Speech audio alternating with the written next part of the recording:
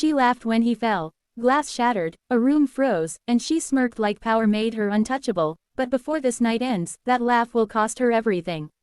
If you love ruthless twists, shocking karma, and stories where pride collides with destiny, hit subscribe now, because this story proves one moment of cruelty can wake a storm you can never outrun. The ballroom of the Halcyon Grand glittered with imported chandeliers and egos polished sharper than the crystal flutes, and at the center of it all stood Veronica Hale, youngest female CEO ever to take Titan Crest Global public, a woman whose smile was measured in stock points and whose heels clicked like punctuation marks at the end of other people's sentences, and when the waiter brushed past her, tired, careful, balancing too many plates because the night manager had called in sick, she didn't move an inch, didn't soften her stance, didn't acknowledge the human calculation happening inches from her silk dress, and when her foot shifted just enough to catch his ankle it was almost graceful, almost accidental, except she knew exactly what she was doing, and the man went down hard, tray exploding, wine bleeding across marble like a public execution, and the room inhaled as one, waiting to see what the queen would do, and Veronica laughed, a sharp delighted sound that said power meant never apologizing, while phones rose to record and someone muttered,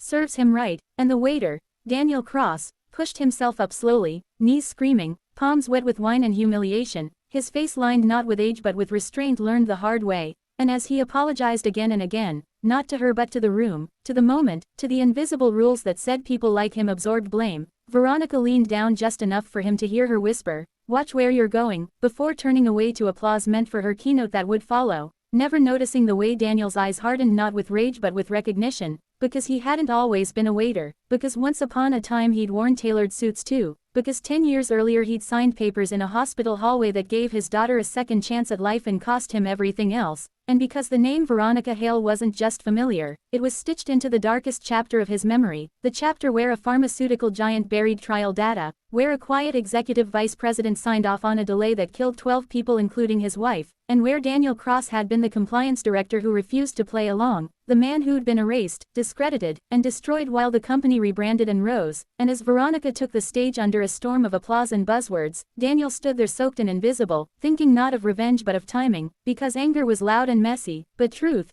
waited, and tonight the most powerful woman in the room had laughed at the wrong man, in front of the wrong witnesses, in a building owned by a shell company whose paperwork Daniel had memorized out of sheer habit, and as he returned to the kitchen, limping, he pulled from his pocket an old phone with a cracked screen and one unsent email draft addressed to 3 journalists who'd once trusted him before the smear campaign, and he changed the subject line from "maybe someday" to "it's time." While on stage Veronica spoke about ethics, transparency, and leadership, unaware that the room had already shifted, that the marble still remembered the spill, and that power, when it laughs, echoes longer than it expects. The next 48 hours unfolded like a controlled burn, quiet at first, almost polite, as Daniel finished his shift, went home to the narrow flat where his daughter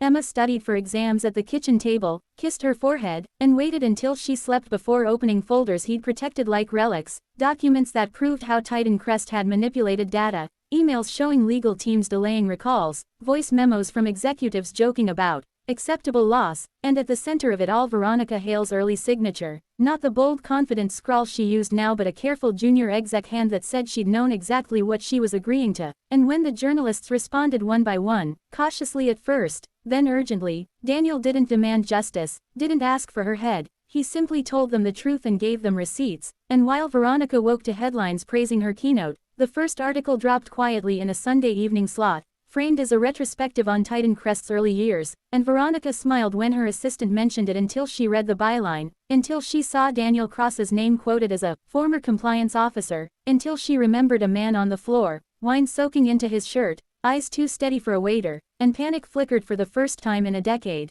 because she knew the documents were real, knew she'd helped bury them, told herself everyone had done worse, that survival wasn't cruelty, but the market didn't care about her justifications, and by Monday morning analysts were asking questions, by Tuesday a class action firm announced an investigation, and by Wednesday a video surfaced, someone's phone from the gala, showing Veronica laughing as Daniel fell, the caption reading "This is who lectures us on ethics," and the internet did what it always did best, compressing complexity into fury, and while Veronica's board demanded explanations and her PR team drafted apologies that said nothing, Daniel was fired from the restaurant for bringing trouble, and when Emma asked why he was home early, he told her the truth, that standing up again might cost them, that it might get ugly, and she surprised him by saying, "You already taught me not to look away," and the storm intensified when a whistleblower from inside Titan Crest corroborated Daniel's claims, citing fear and retaliation, and Veronica's allies began to disappear, texts left unread, invitations withdrawn, and when she finally tracked Daniel down, waiting outside his building in a coat too thin for humility, she didn't apologize, not really, she offered a settlement, a job, silence dressed as mercy, and Daniel listened, calmly, patiently, before telling her the things she couldn't bear to hear, that this wasn't about her fall, it was about the people who never got to stand back up.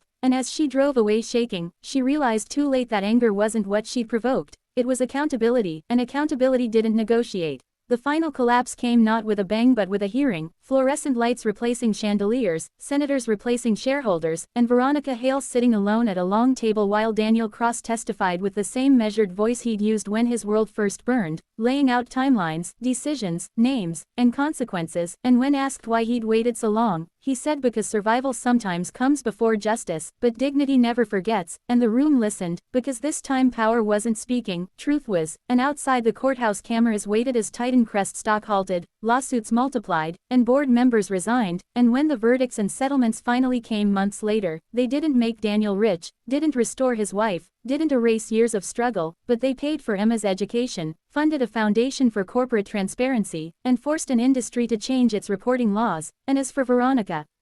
she avoided prison through cooperation, lost her company, her reputation, and the laugh that once protected her, and on a quiet evening years later, Daniel returned to the Halcyon Grand, not as staff, not as a guest, but as a speaker invited to talk about ethics, and when a young waiter stumbled nearby, Daniel steadied the tray without thinking, smiled, and said, "Take your time, because power isn't proven by who you trip, but by who you help stand," and somewhere out there the internet moved on to its next outrage, but the lesson remained, etched into marble and memory alike, that cruelty can feel small in the moment, almost playful, but you never know whose life you're stepping on, or how long the echo of your laughter will chase you.